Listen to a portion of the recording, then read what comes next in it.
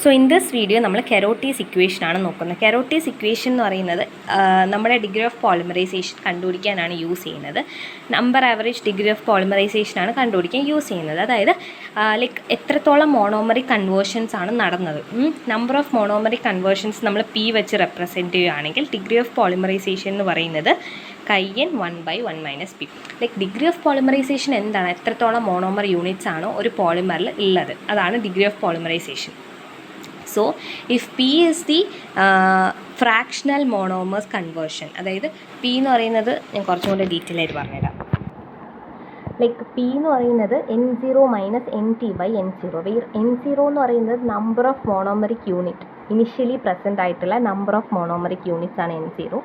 NT എന്ന് പറയുന്നത് ഒരു T ടൈം കഴിയുമ്പോൾ എത്ര മോണോമറിക് യൂണിറ്റ്സ് ആണ് ലൈക്ക് ഇമ്പാർട്ട് ചെയ്തത്. ഓക്കെ, അതാണ് T. നമ്പർ ഓഫ് ഇമ്പാർട്ട് ചെയ്ത് ബാക്കിയുള്ളതാണ് T.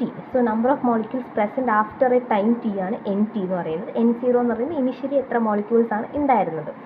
അപ്പം P എന്ന് പറയുന്നത് N0 - N/N0, which is P എന്താണ്?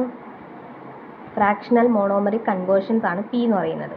അപ്പം കൈൻ അല്ലെങ്കിൽ നമ്മുടെ number average degree of polymerization കൈൻ എന്ന് പറയുന്നത് 1/1 - p.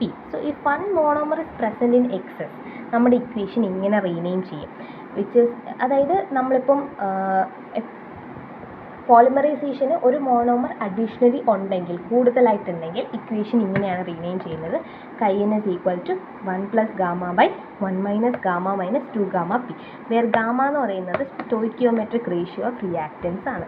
So this is the Carothers equation. Very important equation ആണ്. ഡിഗ്രി ഓഫ് പോളിമറൈസേഷൻ കണ്ടുപിടിക്കാൻ വേണ്ടിയാണ് ഇക്വേഷൻ യൂസ് ചെയ്യുന്നത്. വേർ പി എന്ന് പറയുന്നൊരു ടേം നമ്മൾ ഇമ്പാർട്ട് ചെയ്യുന്നുണ്ട്, which is the fractional monomer conversions, which is N0 - NT/N0. പിന്നെ ഒരു മോണോമർ എക്സസ് ആയിട്ട് വരുന്നുണ്ടെങ്കിൽ കെരോട്ടീസ് ഇക്വേഷൻ ഇങ്ങനെ റീനെയിം ചെയ്യും. 1+γ/1 - γ 1+γ/1 - γ - 2γp.